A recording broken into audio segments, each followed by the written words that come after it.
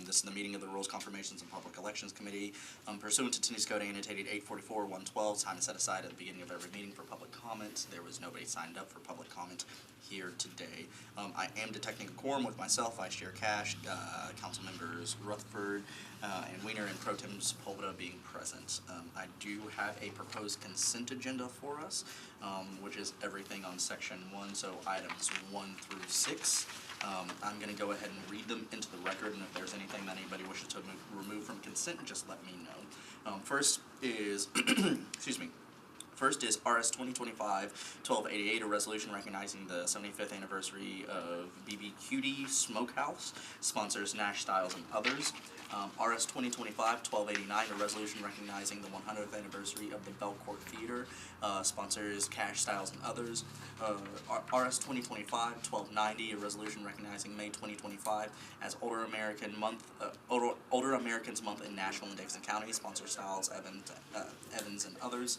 RS 2025-1291, a resolution recognizing June 2025 as Immigrant Heritage Month in Nashville and Davidson County, sponsors Bo Prep T and others.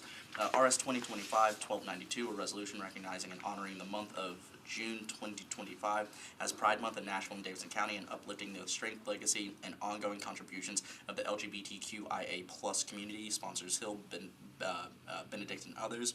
RS 2025-1293, a resolution recognizing May 22nd, 2025 as Harvey Milk Day in Nashville and Davidson County, sponsors Bradford, Gadd, and Benedict. Is there anything that anybody wishes to remove from consent? I could move Older Americans Month and ask what the definition of an older American is. But I won't. Fair enough. I don't think anyone here applies. Yeah. I really like you. Yeah. Do we have a motion? So moved. Moved and properly seconded. Those in favor? Aye. Any opposed? Any not voting? We've got 5 in favor, 0 against, 0 not voting for the consent agenda. Okay, next we have board and commission appointees and nominees. Folks in this section will be submitted for interviews this evening. So first we have the Historic Zoning Commission reappointment of Ben Mosley for a term expiring on June 30th, 2030. June 1st, what did I say? Oh, wait, yes. June 1st, 2030. It was wrong on the agenda, but it's right on here. Yes. Mr. Mosley, if you'll come forward. Let's see.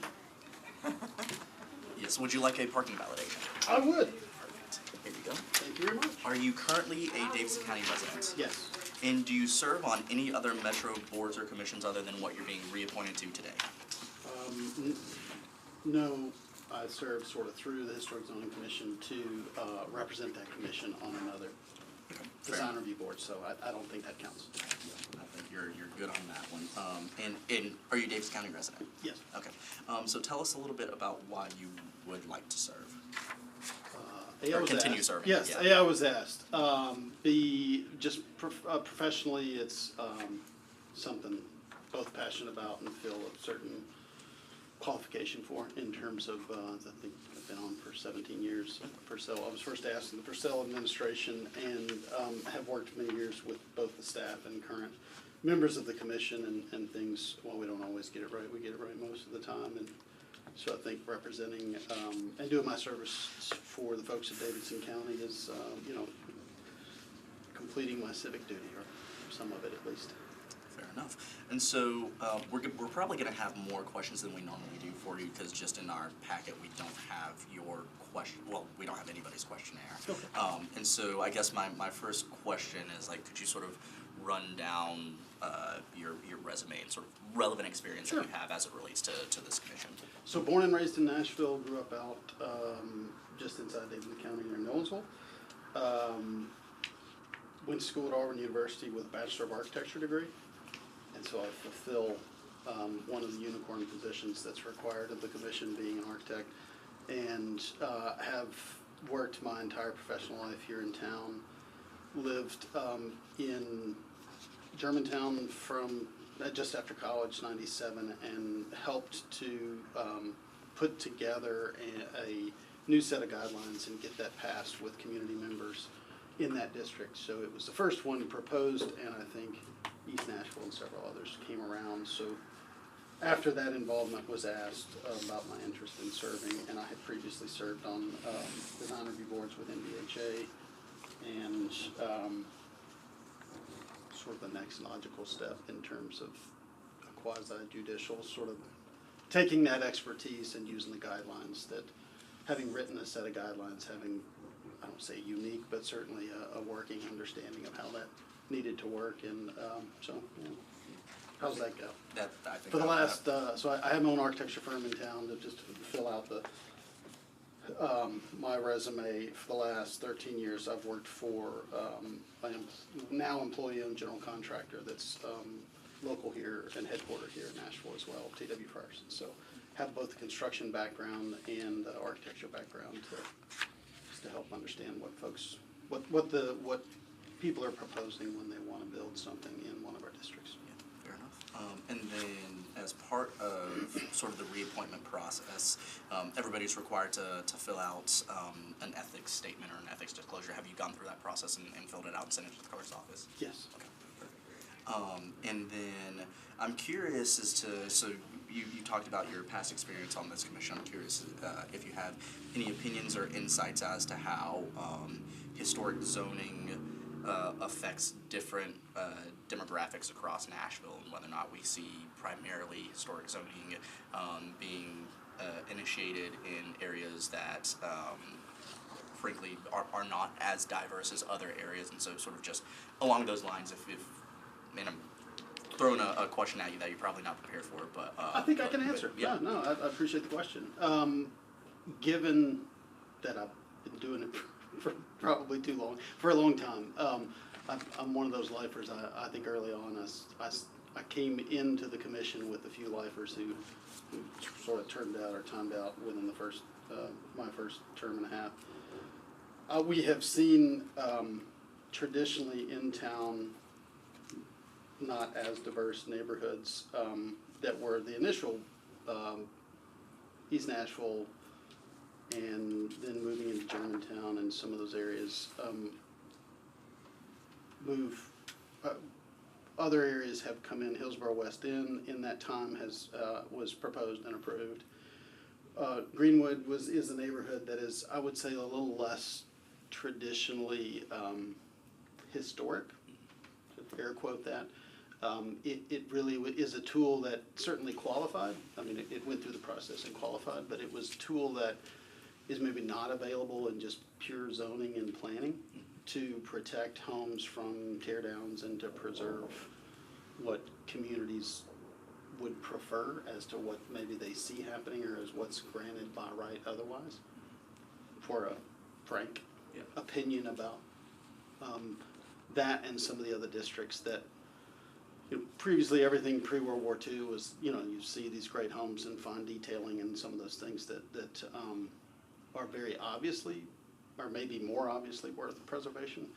And some of the more recent neighborhoods, ranches, particular patterns of development are less obvious, but more of those neighborhoods are now being considered because of development patterns and other things that certainly meet the definition, I think, of the standards that are applied by the federal government. How's that for an answer? Did I get that? I could go on, but Yeah. Do you I'll think stop they there. should be included? I voted to approve all of them, so yes. I do have a question. Mm-hmm. What's your rationale for doing so? What's my rationale for approving neighborhoods that aren't Edgefield? Let me make sure I understand the question so I Okay, answer it correctly. what is your rationale for approving neighborhoods that may not necessarily look like a neighborhood that should be included? That was, I think that's the should be included, I think is the operable term. Okay. And so where does your history start and stop would be the question I would ask Okay. to that. And that would be how I Right. would respond. Okay. I think 1945 is a relatively arbitrary marker, if you're asking my professional opinion. Is there, when you upset development patterns in traditional ranch development, I'm a modernist, I like modern architecture.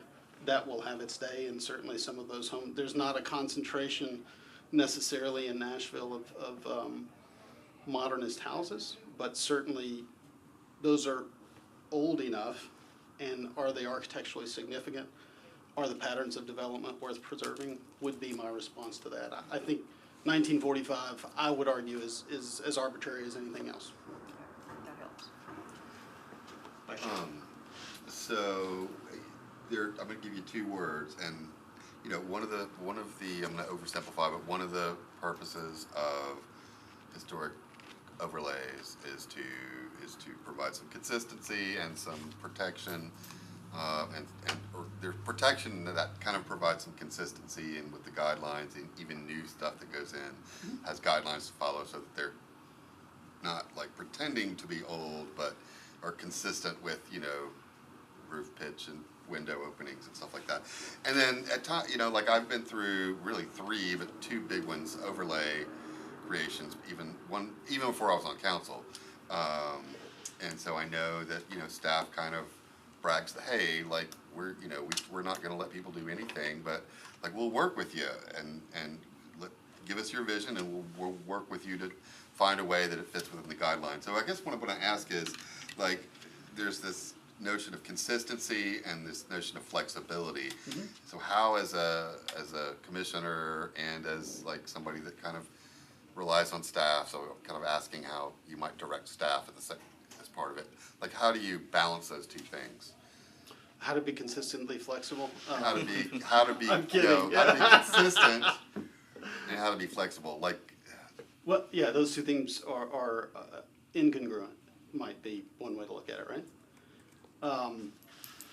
You know, my response to, well, I think there's two things here in how the staff might evaluate something and how's my experience of how we as commissioners can rule on it and disagree with the staff or see other paths through to a solution that is not a no.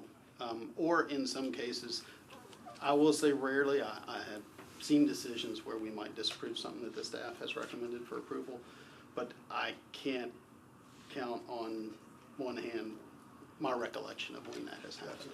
let me ask it a little bit different Sure. way. Like, I know that you all are focused at times on setting precedent, right? And if you've set a That word is tossed around a lot, sure. and if you set a precedent, then you sometimes approve or disapprove things because it does or doesn't go with precedents you've set in previous determinations. Like, does that hurt flexibility? I think, yeah, consistency of application of the guidelines is something that applicants need to be able to rely on, and certainly the public needs to be able to see a thread that runs through that. And, you know, we're admonished to not be arbitrary. Whether I guess it's in the eye of the beholder whether we are arbitrary at times or not. I think because they're guidelines and it's not formulaic and like A plus B equals C and might result in E. I missed D in there, but it is a nuanced process in terms of design and creativity. And I think you brought up a point earlier where, you know, we're not trying to replicate history. In fact, there are those that argue that spoils, I guess, in a way, the things that are authentically historic. Certainly trying to fit in, there's more than one or two ways to fit in my opinion. I would say if you polled other commissioners, I'm perhaps more permissive in terms of what the design aesthetic might be, but it's not contrasting greatly in a roof pitch is a pretty obvious thing to look at. And I think when an applicant comes in with a, you know, single slope roof that's wildly out this way and all the other houses are gabled on the, you know, across the street, you need to reel that one back in, or we might send it back and ask for something like that to be redesigned in the specifics of how we might rule as a commission, and opinions that I might take about it, whether it meets the guidelines or it doesn't meet the guidelines. Thank you. Did I come close to answering that sufficiently? Yeah. I'm gonna go No, I ahead didn't circle out here, sorry. and say it. What was Councilmember Hancock's neighborhood called? Marlon Meadows. Yes. So I voted against Marlon Meadows? the legislation when it came to council for specific reasons. One, I didn't think it was a historical neighborhood. I don't like the precedent it set. I think it was mainly driven by people who didn't want to see the neighborhood change, who were mainly white. And we have a housing shortage in this city. And I think that we take a very different approach when it comes to, say, historically black neighborhoods, that we don't really take a hard look at that. And I think that we need to be careful when we're looking at these projects that come before us. So I didn't vote for it. I didn't get called by my colleague, unlike other council members did, but I don't like that idea. I think that we could be heading down a slippery slope. So I think that we really need to take a hard look at who we are as a city, what we're really going to do when it comes to some of our historically minority neighborhoods. Because we do lack housing, but we also want to make sure that we don't gentrify our neighborhoods, but we need to build. And I think that we need a solid plan, and frankly, I didn't think that that was an appropriate use of that. So. Anything further from the committee? Seeing none, we'll move to a vote. Those in favor? Aye. Any opposed? Any not voting? We're not voting. Oh, we're not voting. So 6 in favor, 0 against, 1 not voting. All right, thank you so much. Thank you. Okay, next we have the Civil Service Commission appointment of Chandra Allen for a term expiring on April 3rd, 2030. Thank you so much for being here. Would you like to park? And I don't know why you didn't, the applications were mailed out from the clerk's office on the 28th. Yeah, I think it might just be a clerical error Okay, with okay. printing the packets and everything. Would you like a parking validation? Yes, please. Thank you very much. Are you currently a Davidson County resident? Yes. And do you serve on any other boards or commissions other than what you're being appointed to today? No. Okay, so tell us a little bit about why you want to serve. Yeah, that's a great question. I'm a native Nashvilleian, and I care deeply about the well-being of my neighbors. I work in my professional role in philanthropy, and so the idea of a social support network and robust services to kind of help people in protecting vulnerable populations it's really important to me. And so that's my sense of what this commission does. I'd love to be able to ask a little bit more about some of the details, but that's my general sense, and if that is the case, then that's something I'm very passionate about. Yeah, absolutely. So I know that one of the main roles of the Civil Service Commission relates particularly to metro positions that are civil service. Social service. Social service. I don't, okay. It's budget season. We had a lot of discussion. So social service. All right. Completely separate. All right. Well, somebody else asking a question. Right? Nice share. I talked to you a little bit before the meeting, and brought up a situation with a senior in a housing facility, nonprofit housing facility. But and I don't want to get deep into that. But and I know that you've got a background in working for older Nashvilleians, and this what protections are we missing for seniors in terms of being housed and not ending up on the street?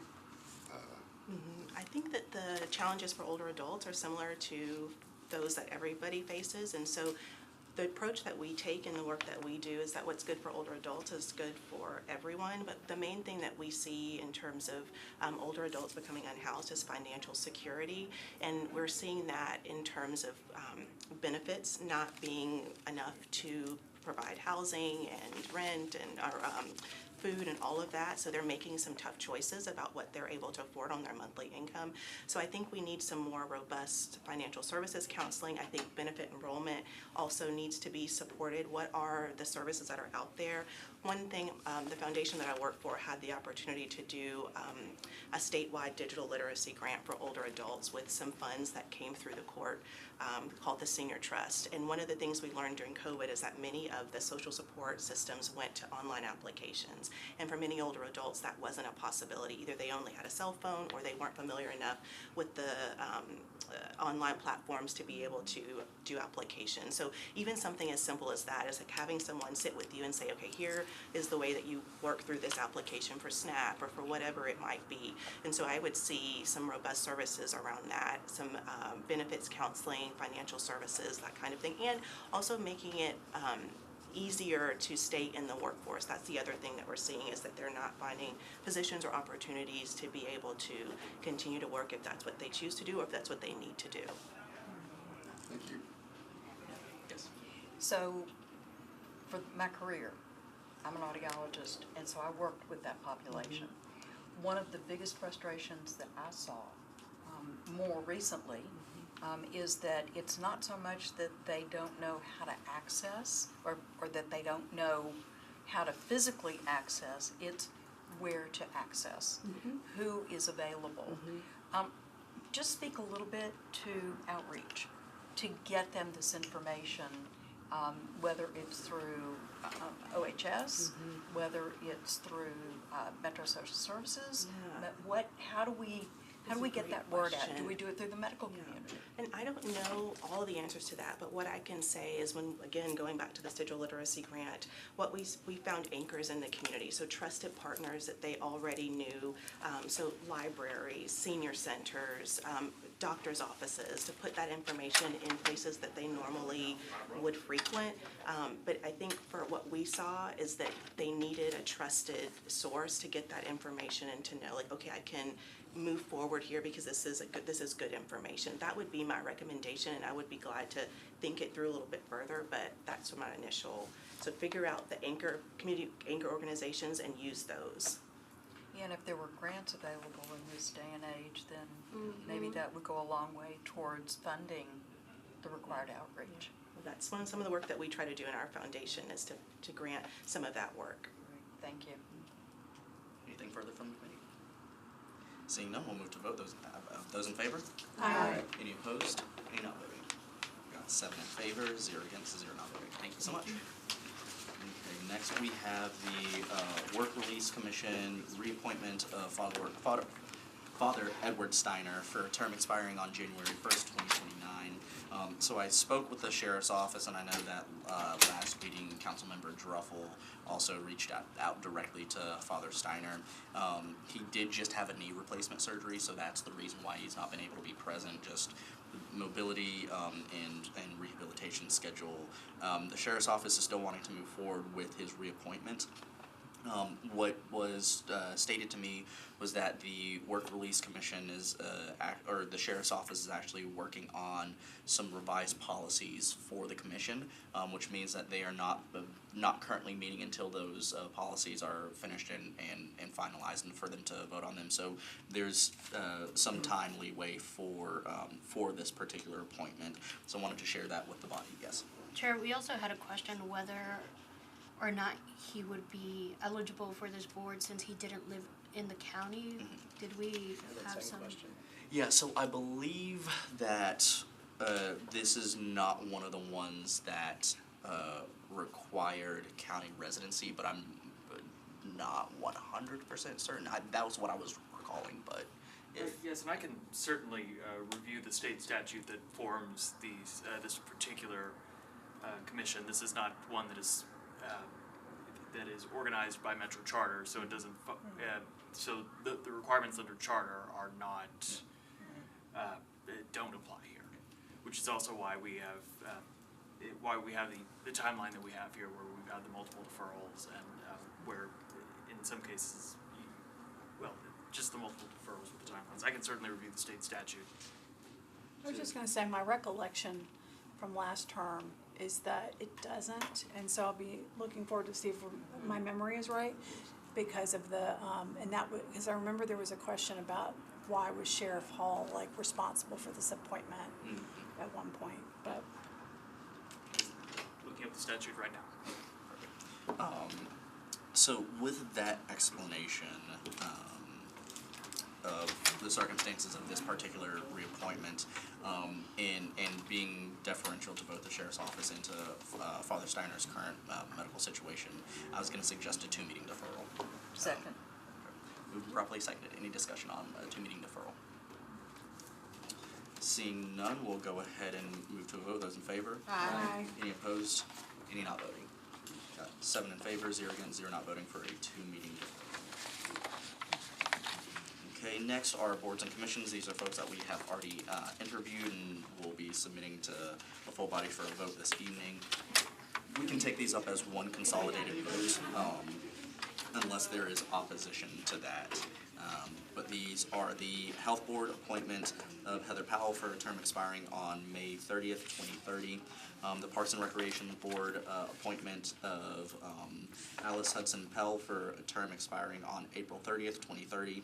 The Transportation Licensing Commission appointment of Ann Butterworth for a term expiring on January 31st, 2026, as well as the Transportation Licensing Commission appointment of Juan Mera for a term expiring on October 10th, 2026.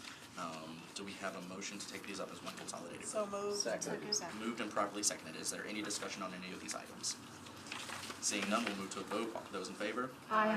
Any opposed? Any not voting? 7 in favor, 0 against, 0 not voting on this consolidated votes. With that, we come to the end of the agenda. I, as chair, I do not have anything to currently report, but I might next meeting, so there's that. Is there anything else that anybody wishes to share with the body? Seeing none, we come to an adjournment. Do we have a motion? So moved. All right, without objection, we do now stand adjourned.